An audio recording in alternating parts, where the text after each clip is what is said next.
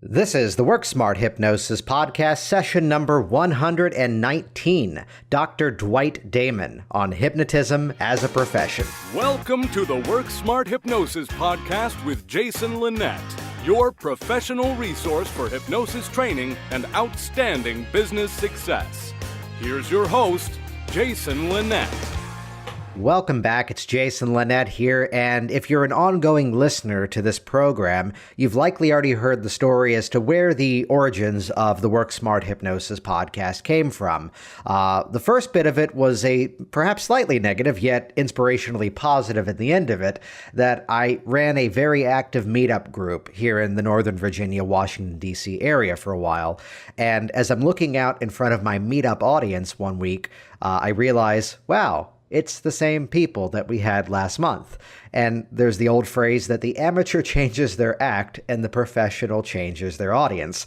So the goal was to build a thriving community, a thriving place for people who are really moving things in hypnosis forward, to have a voice, to have these conversations, if you know the reference, to have more of the Charlie Rose style interview as opposed to the Tonight Show style interview, where you'd go to a convention and the interactions with the people in the hallways, at the restaurants, at the bars, in the parking lots, and nearby restaurants, the outings that would occur would be just as valuable as what you would learn. And just as much as it's a goal to highlight some really exceptional things that are moving our profession forward, at the same time, there is an absolute delight of connecting with some of the pioneers of this profession. And that's where this conversation you're about to hear really came to be. That I reached out to arrange this. It took a little bit of coordination, though here we are at session 119 and having one of the founding members and current president of the National Guild of Hypnotists, Dwight Damon, on the program. Dwight started back in hypnosis as early as 1947, 1948, founding the origins of the National Guild of Hypnotists back in 1950. And one of the real legacies of that organization is the assistance of helping to establish hypnotism as its own separate and distinct profession.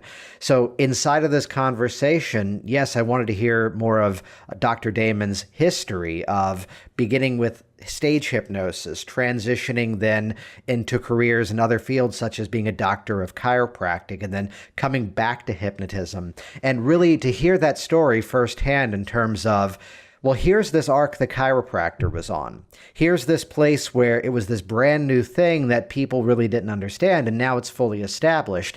And the interactions with the founder of chiropractic helping to inspire this field of hypnotism moving forward.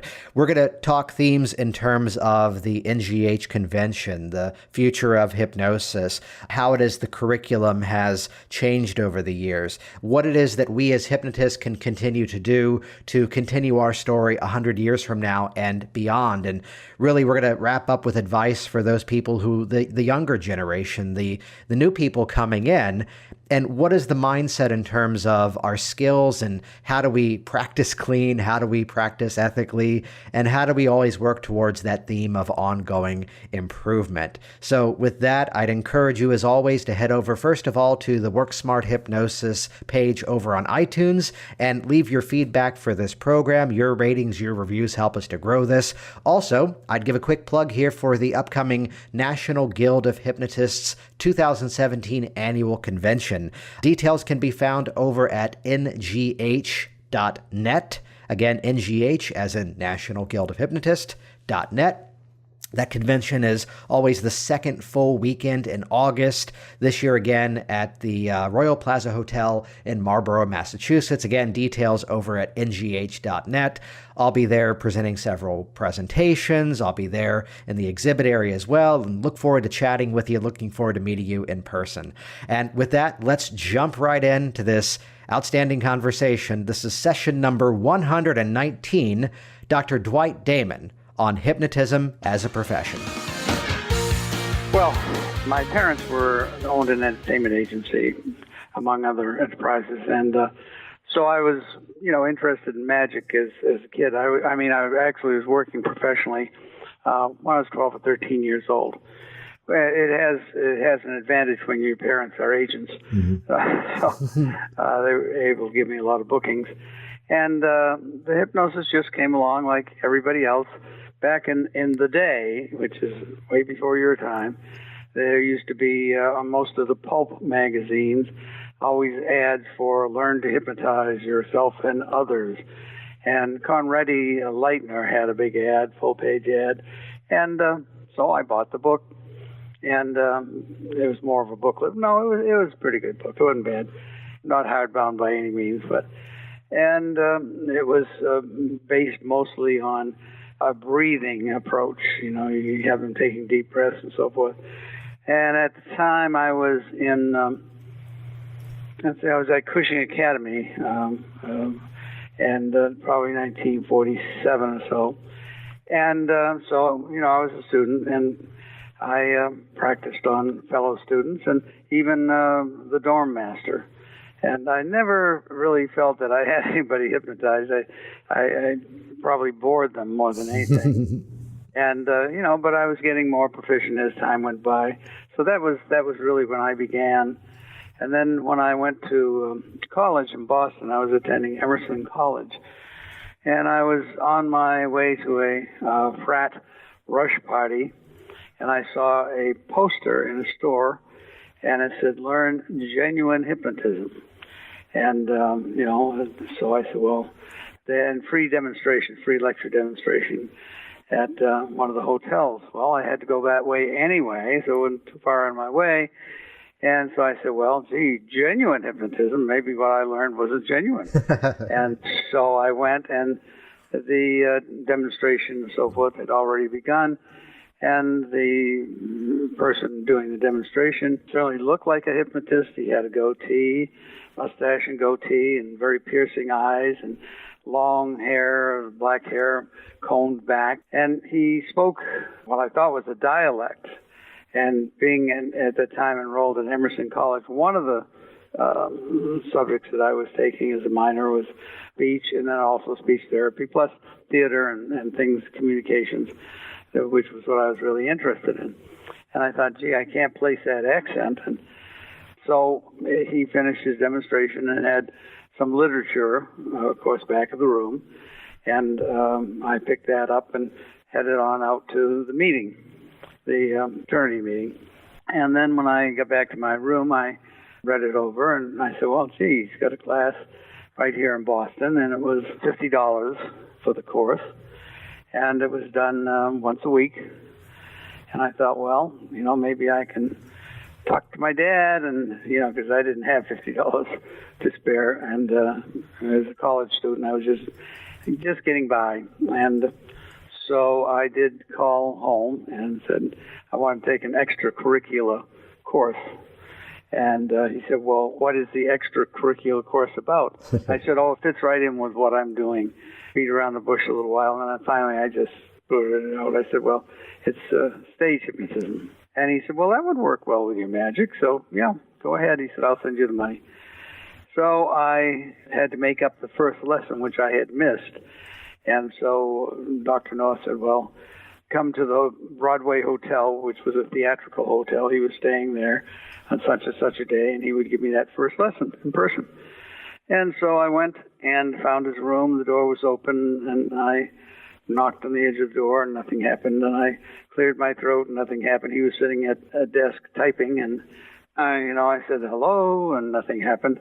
And then I stepped on the threshold, which squeaked, and he turned around, and he greeted me with this strange voice. And that's when I realized that he was deaf. And he was absolutely stone deaf. He had been a psychology grad before the war, and then came down with spinal meningitis on a USO tour and lost his hearing. And so he sort of had lost his nerve at the same time and sort of been down. He was come to Boston. In fact, I wrote a book just about that, and decided he was going to try to make a comeback in his life. And decided the way to do it would be to teach. There were no schools around at that time that I knew about anyway. And he became my mentor, and I took the course. and dropped out of Emerson College and went to work at the Hypnotism Center. And we also had a road show, which in those days was a spook show. The closing days of being able to play theaters, they were putting in all wide screens, and so, you know, we still had some theaters, so we played the ATC circuit and others. And that was where I had a parting of the ways with the college, because I was called into the dean's office, and he wanted to know why I wasn't attending class, just coming in to take the exams. He said, you pass the exams, but you don't attend class. And I said, well, I'm on the road doing shows. And he said, what kind of shows? And I told him and so forth. And since theater arts was one of my majors, and he said, well, do you think you're learning more by being out doing shows than you would here in the college? And I was truthful. I said, yes, getting practical experience. So he didn't kick me out. I didn't quit. I just never went back. And I moved into the Hypnotism Center and became North's right-hand man. So at what point in that story, beginning with the stage hypnosis, was there perhaps a time of then working with clients? Well, I didn't really work with clients till I moved in there. The Hypnotism Center was set up with a large lecture hall, furnished mostly with Salvation Army chairs and so forth, Goodwill chairs. We bought cheap. We had a platform stage we built, and that was our lecture hall. And there were two private offices off of that were professionally set up with, you know, leather settee and desk and chairs and so forth. I'm sitting in my office, which has been furnished by either Craigslist or IKEA, so I can definitely identify with that. It was primitive, but it worked. And every Monday we had a free lecture demonstration, and so we got a lot of passes out all over town. You know, free admission. I mean, it was only 50 cents anyway if you didn't have a pass.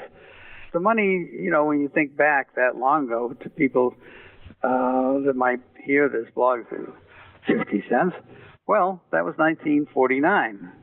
You know, 50 cents was probably worth more than it is nowadays. 50 cents nowadays is nothing. And $50 for the course of instruction. So, that's cheap. And it was cheap. But for the day, probably $50 for the course might have been equal to $500 nowadays, $450, $500 in that range. And so that's where I got my practical experience, both on stage hypnosis and on working with clients. I didn't get that many clients because they all wanted to see the big man. And but I got a few. I got enough, and I was able to observe enough with him that I found, you know, I like that niche also. It was interesting. We had several hypnotists. Orrin was one of them, and it later became big deals. They took the course, and they were both studying psychology at one of the universities. And then they became big guns as far as being the hired guns when there were hypnosis cases. They always were against people such as ours. If you weren't licensed, they would testify against you and so forth. You know, it was a good experience, and I learned a lot. Yeah, and I'm curious to ask, at what point in that journey, was it before or after that you then became the doctor of chiropractic? Oh, it was way after that. I was working, having withdrawn from Emerson College. This was during the Korean conflict. I had been exempt from the draft, but it was obvious that was not going to continue, that I was going to get drafted. And I decided to join up, get it over with, and put my time in. And so I did. I enlisted. And all my family had been seagoing people, and I was going to join the Navy. Navy wasn't taking any recruits at that time. Coast Guard was, and their office just happened to be next door to the Navy recruitment office in Boston. So I joined the Coast Guard and became a radio operator. And that, I got a lot of stage experience then, because when we were in boot camp down at Cape May, New Jersey, anybody in the recruits who had talent who was in the show. And of course I did hypnotism. And the next day I got a call. I was called to the phone, the local USO in Cape May, and they wanted to know whether I would do a show. And I said, well, how much are you paying? And he said, well, we're going to pay you anything. And so I said, well, I get one day off from boot camp to come to town, and you want me to do a free show? I said, I don't think so. And I said, how much did you pay the champion checker player that you had there last week? Gave demonstrations of playing, 10 or 20 guys at one time and winning all the time. And he said, well, we didn't pay anything because he's a professional. I said, well, until I joined the Coast Guard, I was a professional. So they decided they would pay, and I did a demonstration show in Cape May, which really went over big. As I traveled around to various bases and on various ships, word got around, they got a hypnotist on board, and we'd dock up in Argentina, Newfoundland, or down in Bermuda, and they'd say, well, they'd call the radio chief and ask him if I could do a show, and he'd say, well, you got to talk to him. And so I did a lot of shows in various locations. Back at that time, I was really doing more shows than I was doing any type of therapeutic approach. Although a couple of my buddies on various ships, I had one who was a stutterer, and he had an awful time talking to his girlfriend. Don Barth was his name, and Don said, can't you hypnotize me? And I said, oh, sure. And so, with the help of hypnosis, he was able to conquer the stuttering problem that he had. And I saw him many, many years later. I was doing a show in Connecticut for Pratt & Whitney, and he brought his family to the show. He called me and wanted to know if that was me, if I was the same Dwight Damon that I was back in the Coast Guard. I said, I'm the same one.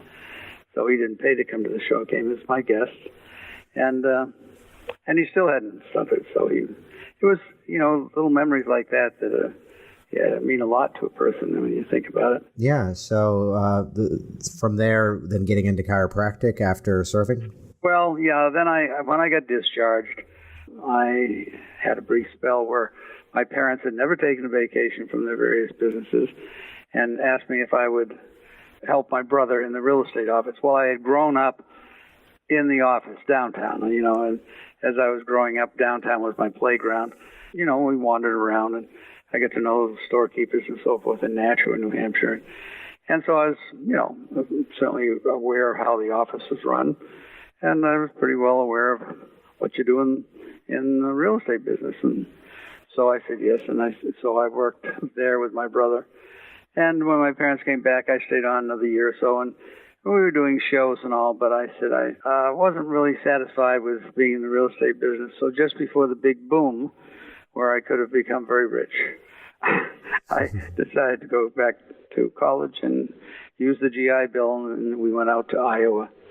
And one of the ways that I paid my way through college, besides the GI Bill, which they don't give you an awful lot of money to survive on, and if you have a family, and I had a family. So I started teaching out there because I worked with North, and we got his permission to use his printed materials. And I ran courses there, did shows, and that was the way I paid my way through chiropractic college. And then when I came back to New Hampshire, I came back to a town that my family had moved to, where they were operating an inn, and I had lived there just briefly before I went to college. And so now it was a little tough starting a chiropractic practice and being a hypnotist, because it was a very small town, about 800,000 people in that range. And I think they were all waiting to see who went to the chiropractor hypnotist first, and if he killed them or something, So, which is not good for business, it turns out. No. And so I could see from the handwriting on the wall. I was very confident that people would come to my chiropractic clinic, and I had a large setup because they had retired from the hotel business, doing back to their real estate business and so forth. And so they had the inn, which had a large dining room, and I said, well, you're not using the dining room. Can I divide that up into office space? So I had a really nice clinic, about 6 rooms. And again, I didn't really have a lot of clients coming in. So I fell back on show business again, dropped into the TV station in Manchester, and I'd been on TV out in Iowa. And I dropped in and made a deal with them to do a children's show on Saturday mornings. And That lasted almost 20 years. And at the end, the chiropractic practice built up, unfortunately, so I really was hard-pressed for time. I mean, doing shows, doing the TV, and maintaining my practice. And then, thankfully, about 17 and a half years, they said, well, we'd like to tape your show Wednesday evenings. I said, well, I have office hours on Wednesdays. And I decided that it was time to get off television, which was a very good thing for me. And so I did. I retired from the Saturday shows because, first of all, I couldn't get kids in at 9 o'clock at night on a Wednesday. And I liked having kids in the show with me, you know. So when that happened, of course, they changed their minds. Oh, no, we'll still tape it. Well, when you make a decision, you make a decision. And so that was it. And I concentrated then on the chiropractic and hypnosis. And it was really at the point of people coming just for hypnosis, I finally said, no, if you are a chiropractic patient, then I will use hypnosis with you. But I wasn't soliciting outside clients. I would refer them to the hypnotist. So that went on. And, you know, one thing led to another. I had other business enterprises, and I've had many, many lives, like a cat, I guess. But show business was always there, and always. Yeah, and we have a tendency to bounce around throughout this series here. What would you say it is about? As I interact with a lot of other hypnotists, there's a through line of very often the background in magic or even the background in theater that draws people into hypnosis. What do you think it is about those two fields that brings them into this one? Well, I think the fact is that if you're going to go into stage hypnosis, you should be an entertainer first. Mm-hmm.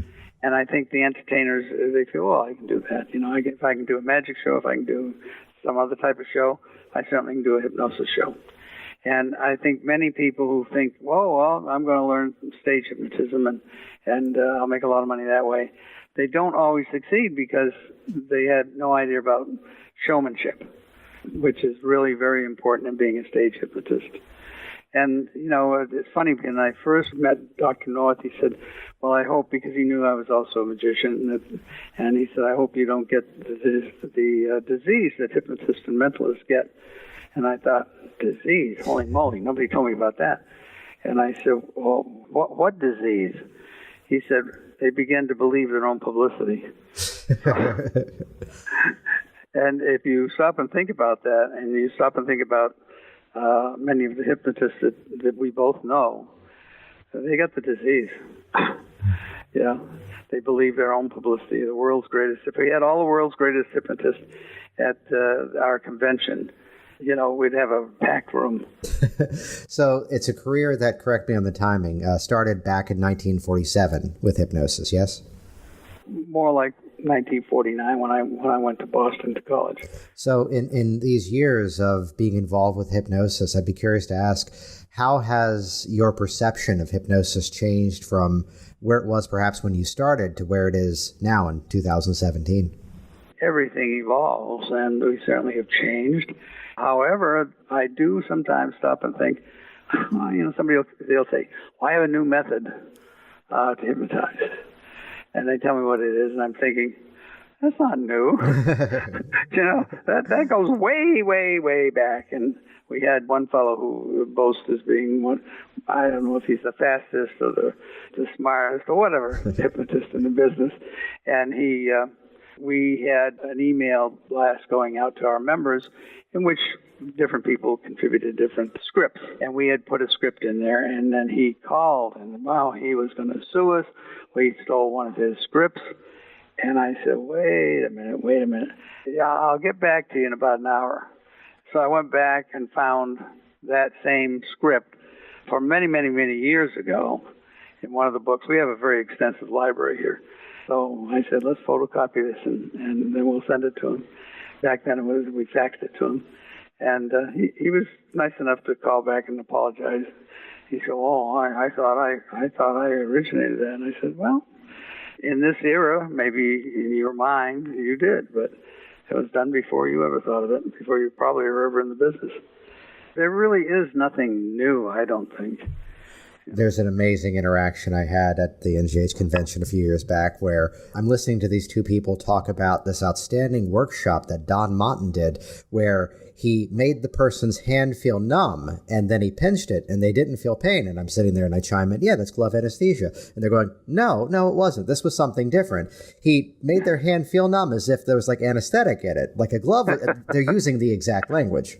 Yeah. The metaphor that I often come back to is that there's, of course, new deliveries, new twists, and new ways of combining some of the themes. But right. So often here's someone who would boast, I have 30 individual hypnotic inductions I've invented. And my metaphor is, it's the birthday party clown who can make animal balloons. Because you know what, Dwight? I can make you any animal you want, as long as it looks like a dog or a snake. Well, you see, the thing is, when you mentioned that, I wrote the first book that was ever published on balloon twisting, they call it now. I called it balloon sculpturing. That was back in, 1950-something. And so I very well, that analogy. It's true, and they get very intricate now in balloon sculpturing. It's amazing what they do. But I found that making a dog for a kid was just as much fun for them as the ones who spend 20 minutes now making an Easter egg basket with Easter eggs and a bunny in it or something. What's the correlation to the magic world? You could have the most incredible sleight of hand, yet the sponge bunnies will always win. Yep. Yes. Absolutely. As we've just now spoken to about maybe 5% of the audience. So to rewind the story back once again, where did the origins come in? I know the part of the history is ongoing cycle of mergers and co-productions and associations. At what point in this history did the National Guild of Hypnotists first appear? Well, the first inkling we had was before I went in the service. And we had a Boston chapter number 1. And then quickly we had, about 8 other chapters across the country, all the way out to California. It started out more like a social thing. In those days, I'm talking 1949, 50, we didn't have any women hypnotists. Shortly thereafter, there were stage hypnotists. But at that time, there were no women in any of the chapters. And they just didn't come and take courses. It was just a guy thing. You want to be a hypnotist? Yeah, okay. Women just didn't seem to be interested. Of course, that all changed. And everything evolves. And the guild started out, I think our first president was George Rogers. He's deceased. Arnold Levinson was our first treasurer. And, he showed up about 10 years ago out of the blue, called up and said, "Hi, Dwight, and this is Arnold Levinson." I hadn't talked to him for a long, long time, but it was like I talked to him yesterday. I said, "Oh, hi, Arnie. Listen, how are you?" And he said, "Well, I see, NGH is having a convention down here in Massachusetts." And I said, "Yeah." So he came back into the guild and came to the convention, and he's passed now. There's only 2 of us that are still original charter members of the guild. And that's myself and Maurice Kershaw from up in Canada. And I hadn't seen Maurice for something like 40 years. And our first convention of the guild was in Danvers, Massachusetts. And I was manning the front desk. And he had been at an AAEH convention because he joined that since the guild was inactive. And I'll get to why it became inactive in a minute. And he walked in. I said, "Gee, you're a little bit late, Maurice. You started about 3 hours ago." And he says, "I haven't seen you for 40 years, and you tell me I'm late?" And it was like coming home. And the reason that the guild was inactive for a number of years was Dr. North, who was stone deaf, no hearing at all, disappeared all of a sudden. And that was in the days when we didn't have email, we didn't have fax machines, and I was in Iowa in college, and the only way I corresponded with him was by mail. And, I didn't, all of a sudden, he didn't answer any letters, and when I got back came back to New England, and when I graduated, we called some of the locals, and they said, "Oh, didn't you know? He disappeared. All of a sudden, he wasn't here." And it was like, "Well, what did he do? Go in a puff of smoke?" No, he was there on a weekend, and then he wasn't there on Monday. And so all of the goods in the office and so forth went into storage, landlord storage, and were later auctioned off. And I didn't hear about the auction until afterwards, because I think I would have had clues as to what happened to him. There are various stories that he went up to do a show in Maine and got hit by a bus. And then another one was went to Chicago and he got mugged. And I've had people, members of the guild, one fellow was a very nice guy, and he said, listen, my sideline now that I'm a hypnotist, is going back to what I used to do.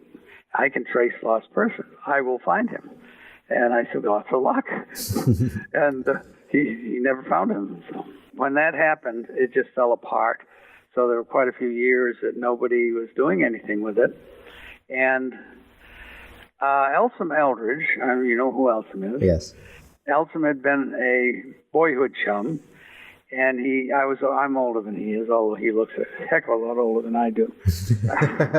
Just in case he's listening to We'll send him the first link to this one. Yeah. And he had gone on to other things. I hadn't seen him for years, but he learned magic from me and learned hypnosis from me. And as I say, we hadn't been in touch, and I got a call from him. He was moving. He'd been out in California, had moved back to New Hampshire locally, and we got together at what was called the Achievement Center. And he had seminars that he had in different subjects going all over the country. He had people on taking SATs. You take this one-day seminar, and they guarantee that you get 95% or better on your test on the SATs, college exams.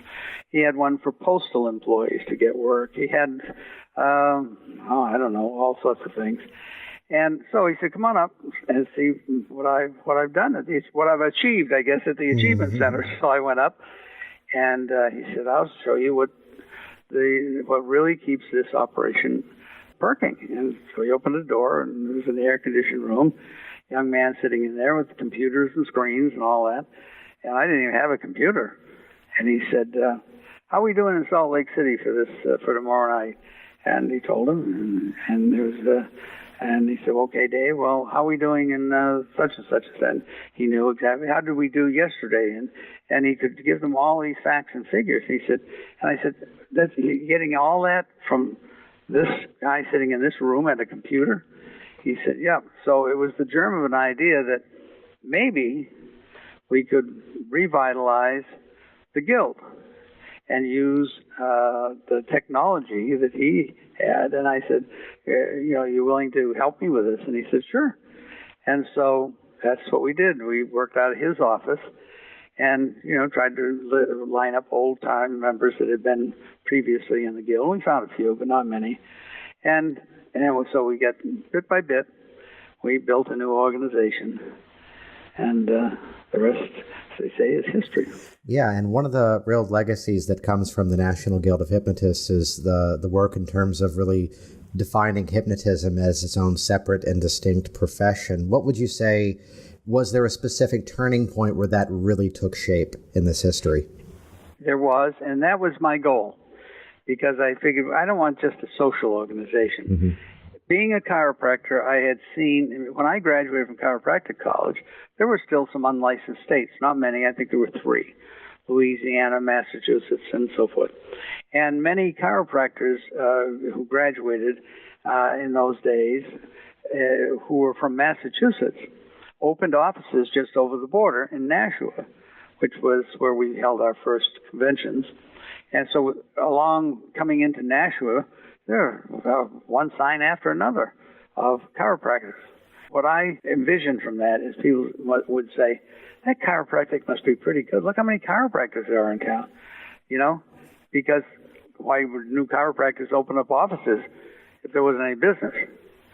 And I thought, well, B.J. Palmer built the profession of chiropractic. And B.J., when I was in college, because he had a background in show business, loved show business, and it had become a hobby and so forth. But he liked me, and he saw to it that I had a place on his TV station, WOC TV, which was just across the street from the college.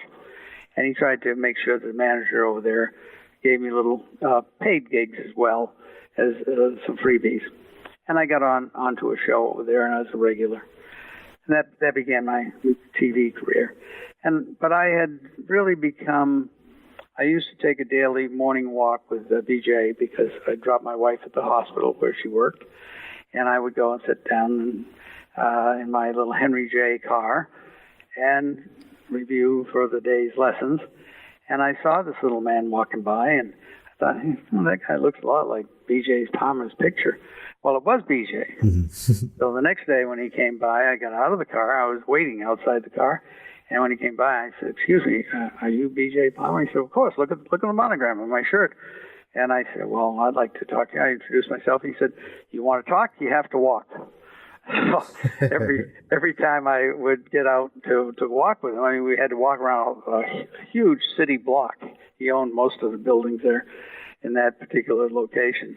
He bought up the land behind him. There was a girls' school, and then he had a mansion that he bought next door.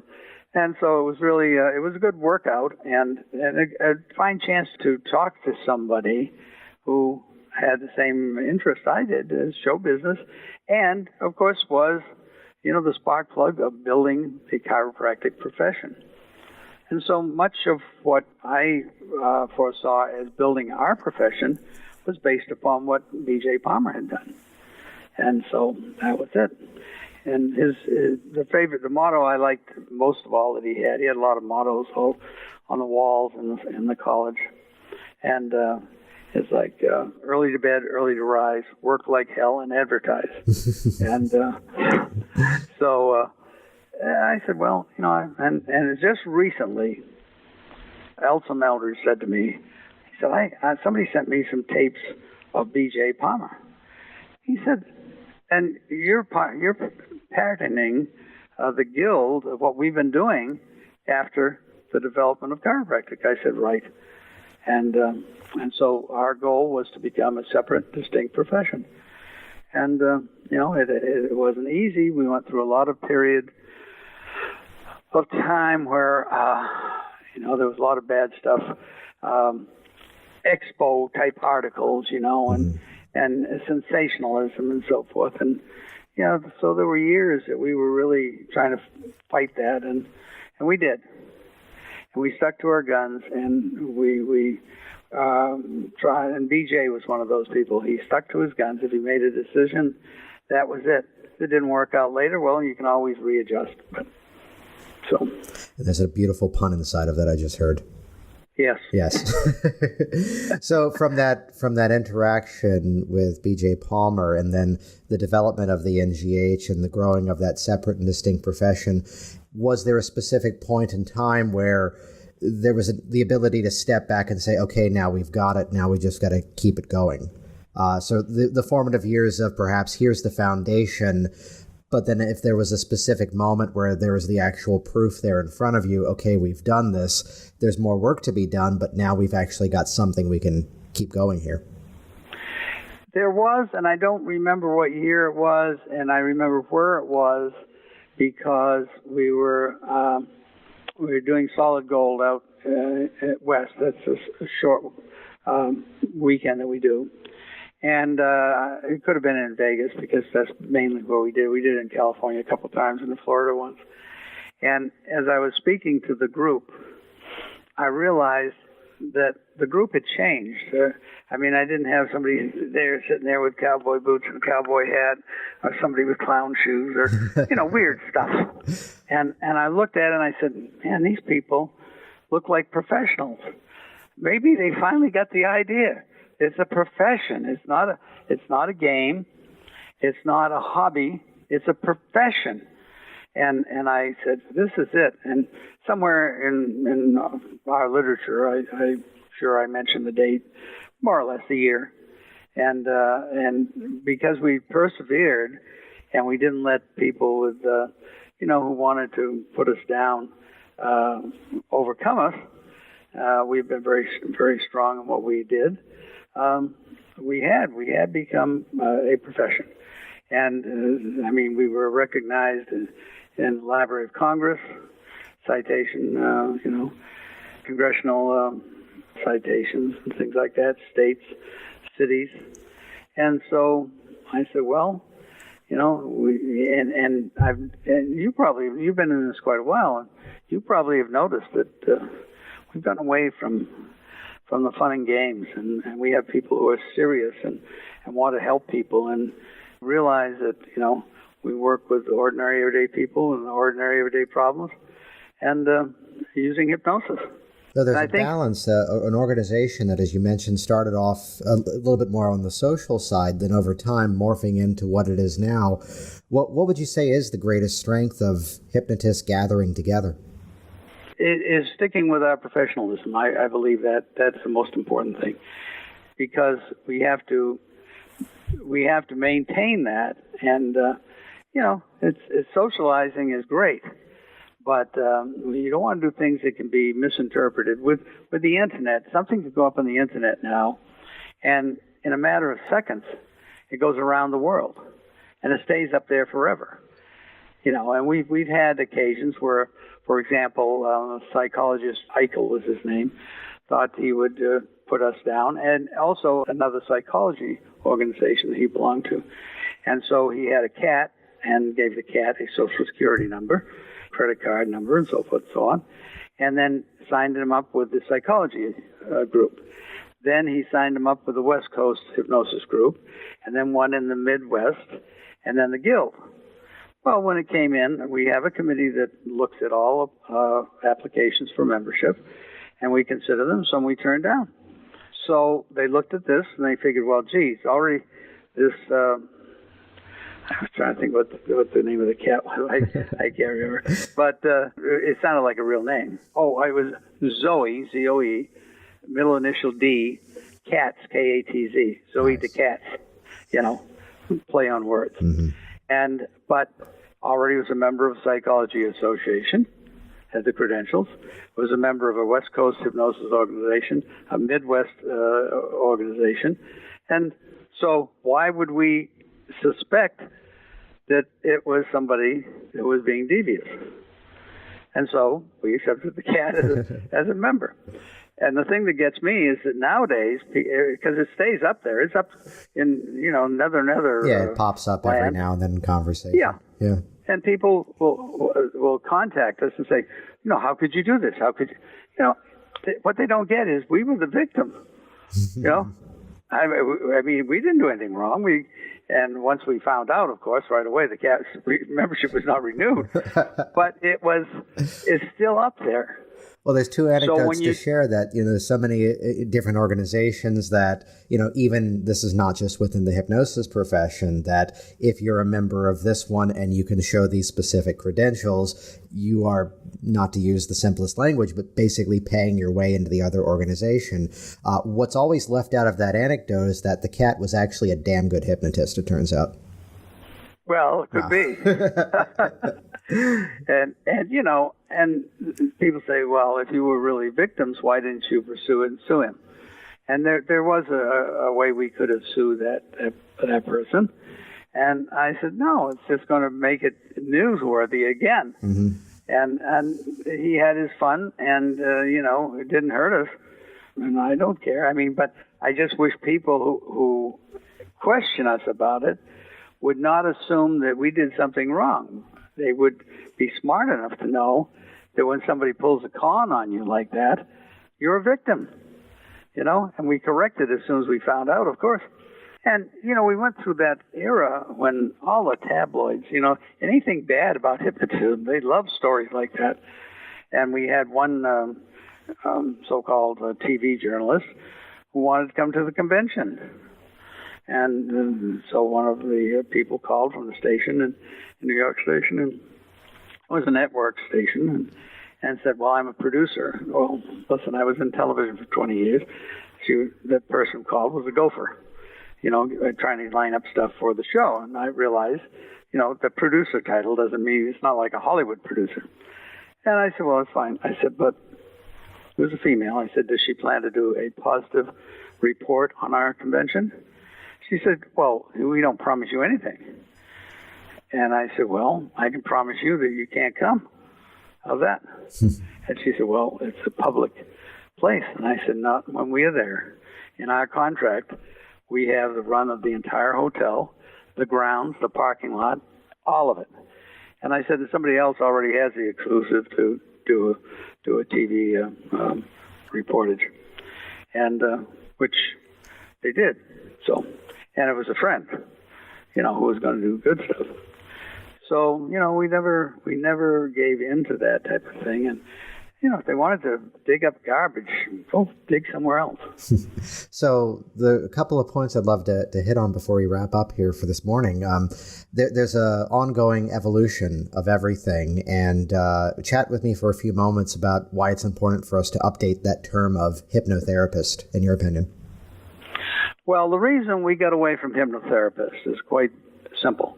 We were getting a lot of flack from people in the world of psychology and psychotherapy. They have publications that end in hypnotherapy and the review of hypnotherapy and things like that. I don't know all the titles. And we felt that, why did we have to? First of all, a lot of people, laymen, say, well, I don't need therapy. I'm not sick. So why would I go to a hypnotherapist? We just felt it was better to change what we call ourselves, and we felt consulting hypnotist was a good title. We went through a lot of titles. We did a lot of surveys, and that's the one we chose, and it seems to have worked out well. And in recent publications, and I put this in my editorial in the Journal at times, the psychology magazines that they publish for their own members, there was one issue, and I can't cite the exact one, I don't keep that in my mind, said that there's no use fighting with the National Guild of Hypnotists anymore because they have become too powerful. They have the AFL-CIO behind them, and they are here to stay. What we need, and they said, I'll paraphrase what they said next because I don't have it in front of me, but it was to the effect of, what we need to do is find out how we can get a piece of that pie and maybe control the training of all hypnotists. Well, that's not going to happen.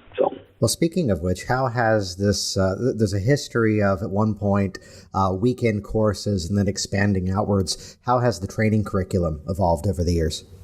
We have constantly been working on improving it. And, in fact, we're having you're a CI, aren't you? Yes. Yeah. Well, have you signed up to come to the CI meeting at the convention? Yes, I have. Okay. Well, we'll be discussing a lot of things they're going to be doing then.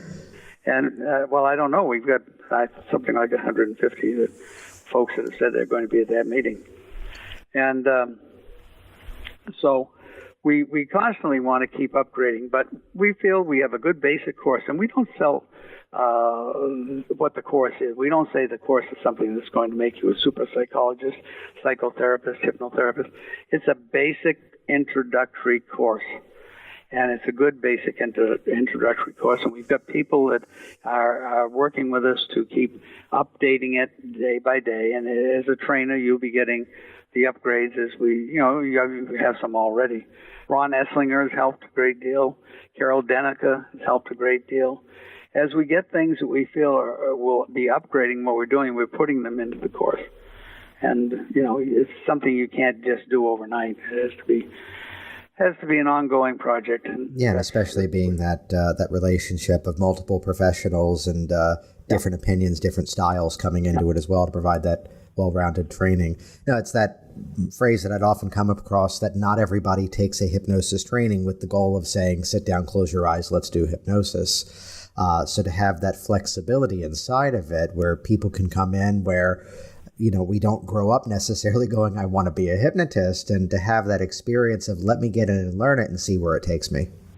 Oh, you mean you weren't born coming out of the womb saying, oh, I'm going to be a hypnotist? No, that came 2 weeks later. Yeah. Instead of Baba, you said hypno. Yeah, or we'll go with 18. So to keep this arc continuing, what would you say either needs to happen or is already happening to keep hypnosis thriving over the next 100 years? Well, I think we have to keep building the professionalism of what we do.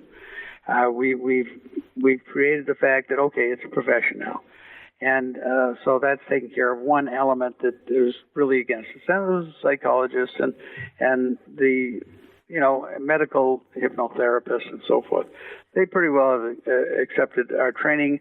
We had one of the presidents of one of the organizations who actually came and attended the convention, incognito, of course. And he said his report on it was really a good convention. They had a lot of workshops and seminars that were better than some we have, and some that were just as bad. And he said the only thing I didn't like about it was the Friday night entertainment.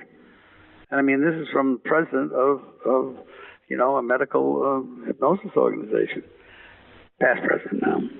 Yeah. So inside of that, what would you say the future of the NGH is as a part of that over the next 100 years?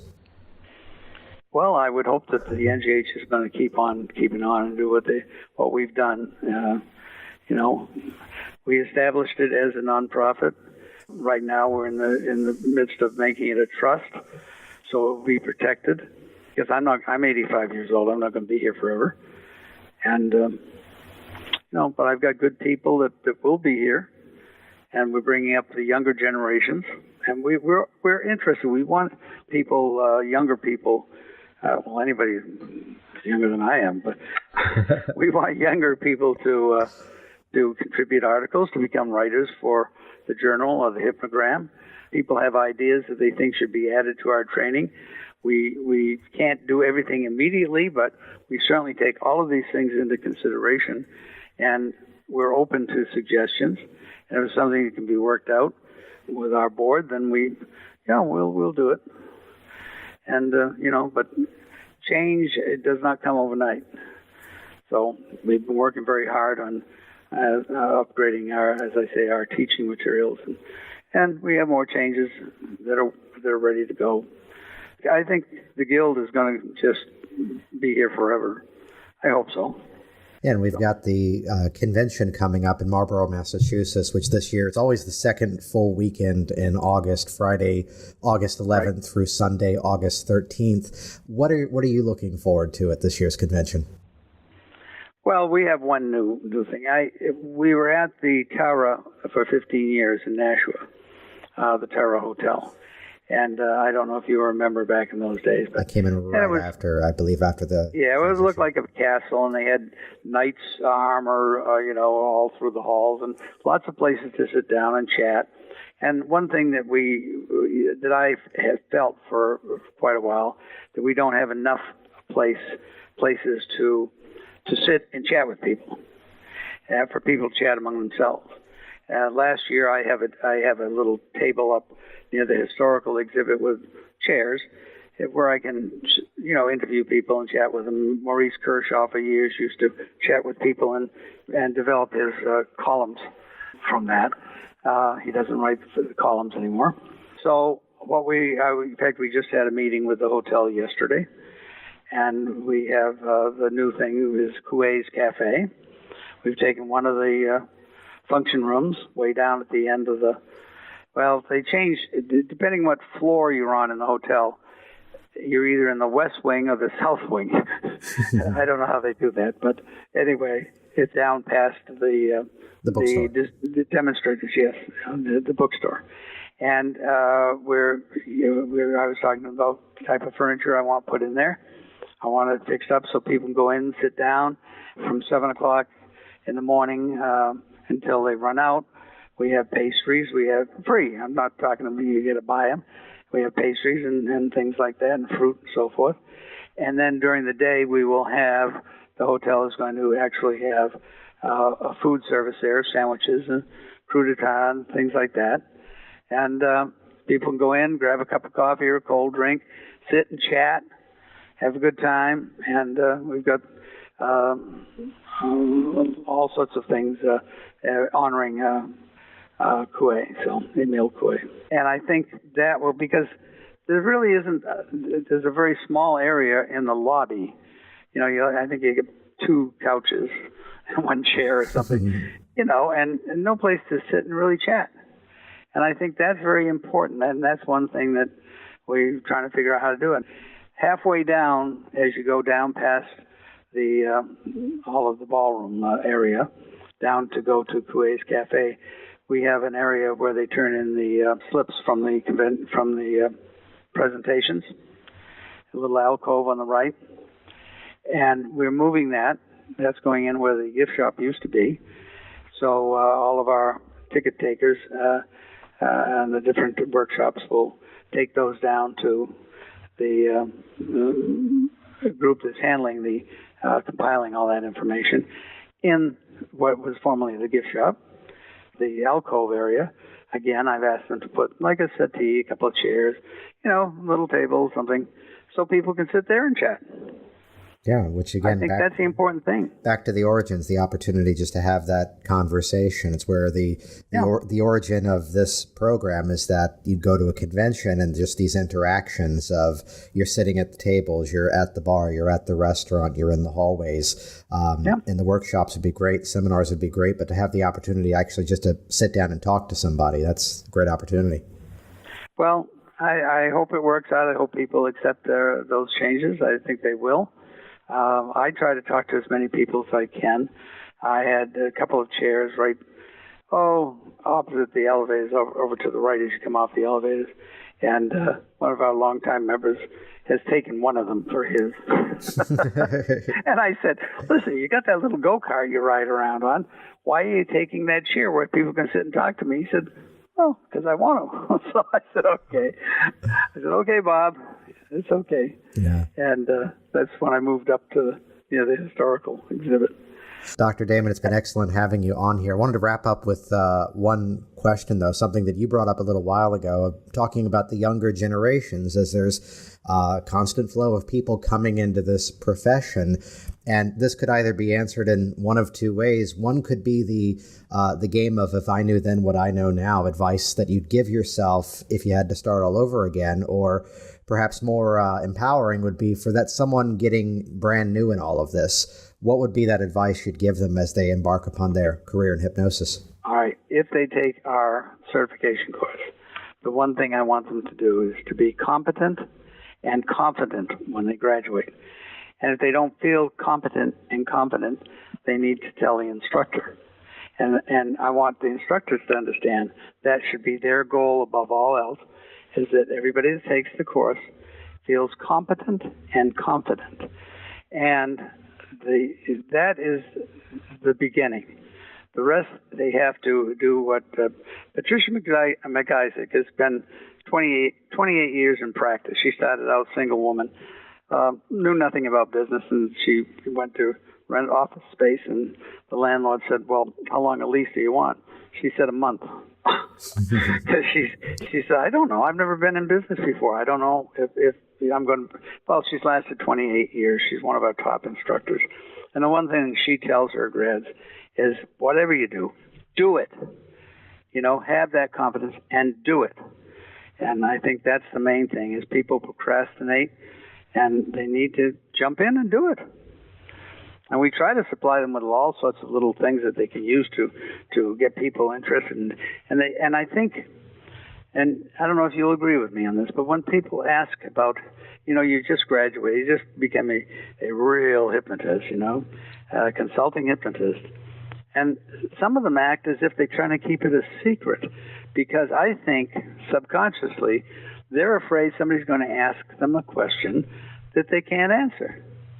There's nothing bad is going to happen if you can't answer. You can always, I'll have to get back to you on it.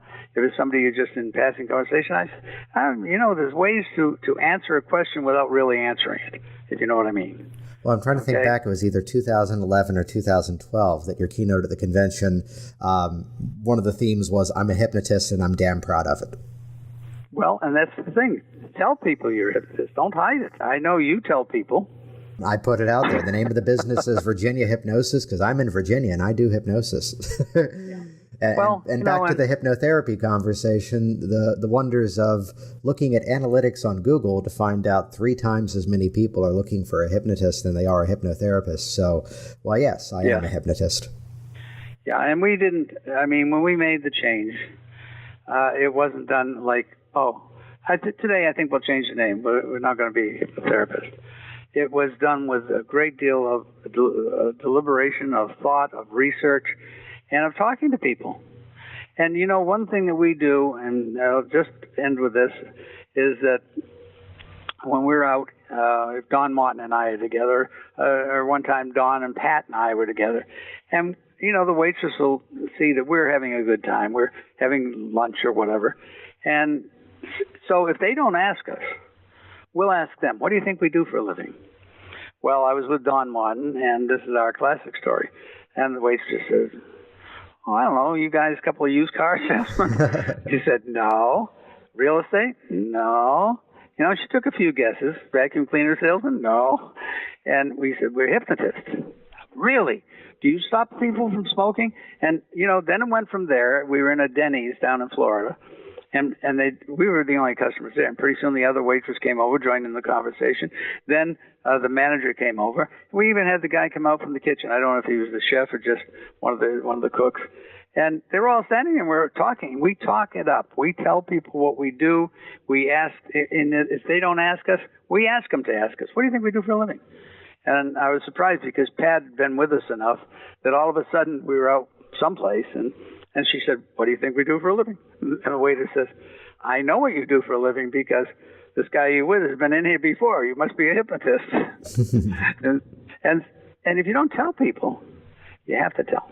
Yeah, I tell the story of my first Chamber of Commerce meeting. It's a round table speed networking, and it goes around the table. I'm a banker. I'm a realtor. I'm a banker. I'm a realtor. I'm a banker. I'm a hypnotist. And the conversation stopped there, and that's all we talked about. And I'm trying to find out about the other professionals. They're going, no, we want to talk about you. So it's the advice that you get to walk into the room knowing you have one of the most interesting jobs of anybody out there. People are fascinated by it, and it's and if you're on a plane, I mean, I've had it happen where, I say I'm a hypnotist, and you could tell the person next to me didn't give a damn. He didn't want to talk about it, and he wanted to talk about what he did, and that's good. I talked about what he did. But in the end, he went back to, in his mind, he must have said, well, I told him all about me. And he said, well, just what is it you do as a hypnotist? So we got back to it. I didn't force it. And because you never want to force it on people. Mm-hmm. And we've come up with little things like the little handouts, the little cartoon brochures and a lot of things just to get people talking about you and get interest. And, so that's the best thing we can do is to encourage all our people to let it be known. Because the more people that they say, wow, there's a lot of professional hypnotists around, that must really work. Then they're going to have to come somewhere, and they might come to your office. So, outstanding. Jason Linett here once again, and as always, thank you so much for interacting with this program, sharing it on Facebook, leaving your feedback over on iTunes, and the theme that Dr. Damon wrapped up on there in terms of getting out into your community and talking about hypnosis. One of the best things we can do in this profession is to be out there successfully helping our clients, putting on good presentations, and really being that ambassador for what we do. And that's the reason that I built Hypnotic Business Systems, because these skills that we would learn from our trainings are good, yet how good are they if we're not putting them into use? So too many people that I interact with are procrastinating, playing the game of, yes, ongoing training is important, yet playing that game of, I need that one more certificate, I need that one more piece of paper, then I'll be ready. There's a great quote from General George S. Patton Jr., which would simply say, a good plan violently executed now is better than a perfect plan next week. So with Hypnotic Business Systems, you get the all-access pass to the things that I've done to grow my six-figure hypnosis business. Everything from the ground up. So if you're brand new to this and you need to find office space, you need to figure out your pricing structure. That's covered in Hypnotic Business Systems. If you're already working at this and yet you need to take that business to the next level, we get into concepts such as product creation, talking about topics such as doing webinars, doing podcasting, talking about some next level stuff such as Facebook marketing in such a way that actually can make you money rather than as massively expensive as most people are doing that quite badly. So it's anything and everything. It's Netflix for your hypnosis business. And I've priced it in such a way that you're able to jump right in, put the content to use. There's even some done-for-you marketing campaigns inside of it. So head over to hypnoticbusinesssystems.com. Get started today for just $47. You get an all-access pass to everything. Stream it, download it, interact with it. We've got a thriving online community. hypnoticbusinesssystems.com. I look forward to seeing you on the inside. Thanks for listening to the Work Smart Hypnosis podcast at WorkSmartHypnosis.com. Hey there, it's Jason, and I want you to be one of the first to find out as we upload amazing new content. So do this right now. Click the subscribe button right here on this video. That's going to link you to our YouTube channel here, and you will be the first to find out as new resources and downloads are made available. Do it now.